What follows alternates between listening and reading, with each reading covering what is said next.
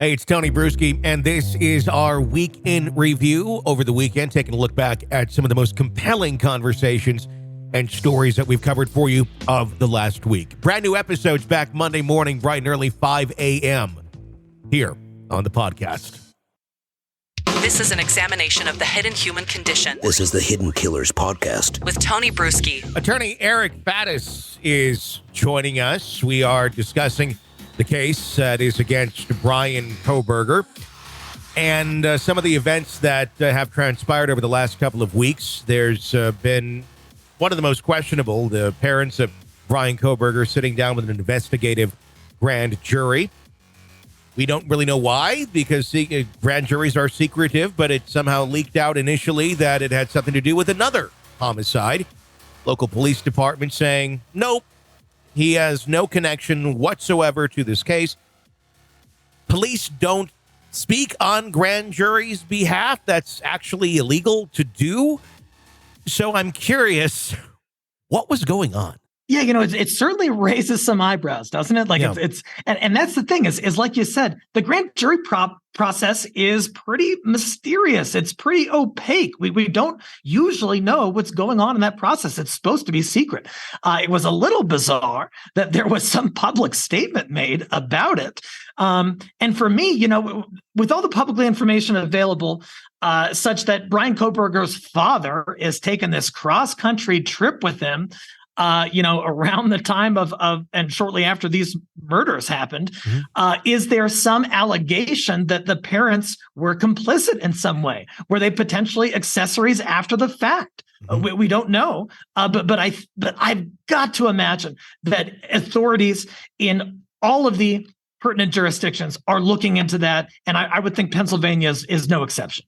I would think so, too. And obviously, a crime has to be committed. That's maybe not obviously, but a crime has to have been committed within that county for them to be able to call the parents into a grand jury, an investigative grand jury.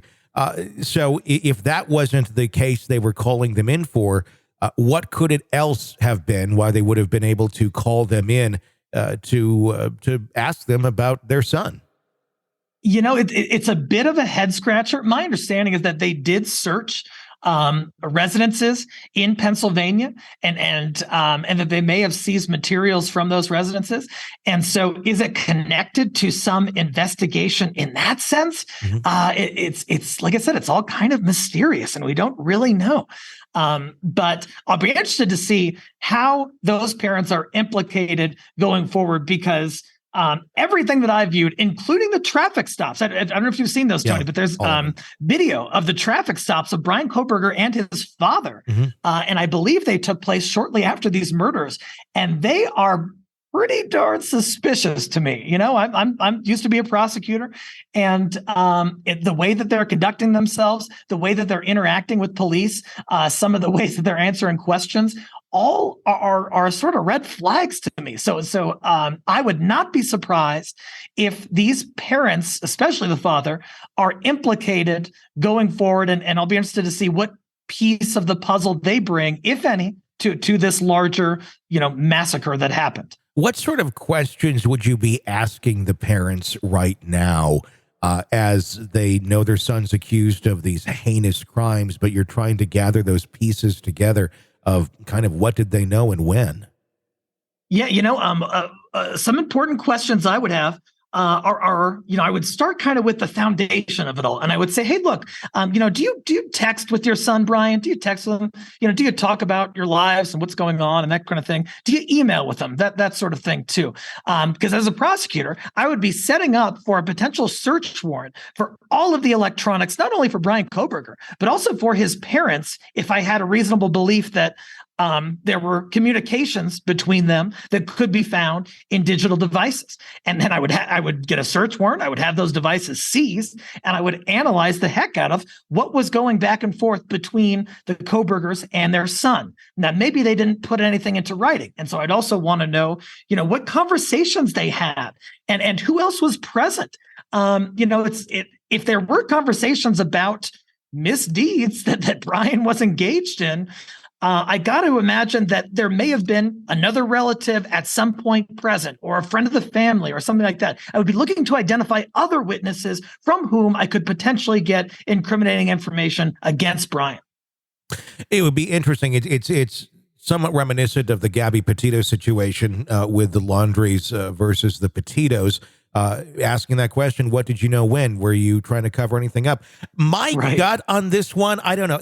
My gut tells me his parents were just kind of caught in the crossfire and had no clue what the hell their son was up to, just by what I've seen thus far. Yes, those traffic stop videos are bizarre, but I think most of the bizarre behavior seems to come from Bryan. The dad just almost seems kind of like a doofus. I don't know another way to describe it. I'm like, yeah, horrible. That's and he seems genuine, completely unaware that maybe your son right next to you may be involved in the other crime that took place in Idaho.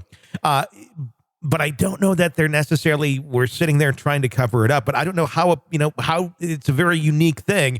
No one probably knows how they would react unless they're in that situation of finding out my son may have been involved in a quadruple homicide. What do you make of the allegations that have come out? And they are just that as of right now, that the sister of Kohberger over the Christmas break made the comments that, well, you drive a Hyundai Elantra, a white one. You were in the same area. They're looking for that. You could be the killer. And then noticing that, he's already cleaned out the back of his car and he's wearing rubber gloves and putting all of his trash in baggies. Very suspicious, to say the least. And to make those observations, not too far of a stretch. Yeah. Oh, totally. And think about how well, I don't know if you have any siblings, Tony, but think about how well a person kind of knows their siblings. Now, of course, it varies based on family and history and whatever. But generally speaking, you know your sibling pretty darn well, at least fundamentally. And if I were to hear about a vehicle being involved in a quadruple homicide that matched my brother's vehicle, I wouldn't approach it in the same way. I wouldn't really have any suspicion that my brother could be capable of some quadruple homicide. Yeah. Whereas here, I wasn't present for the conversation, and these are all just allegations at this point. But it sounds like the sister kind of was raised eyebrows of her own, and regarding her brother, and then looked into it a little more and saw the vehicle had been cleaned out.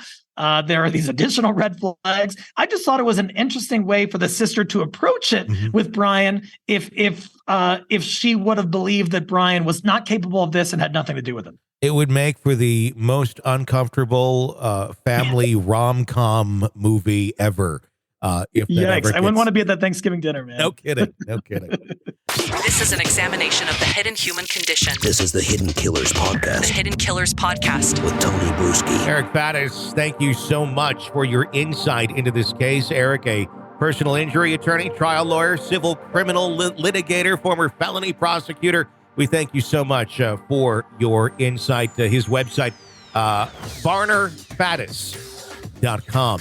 If you like the podcast, be sure to press subscribe wherever you download it so you don't miss any breaking updates or discussions on the cases that we are following for you right here. I'm Tony Bruschi. Stay with us.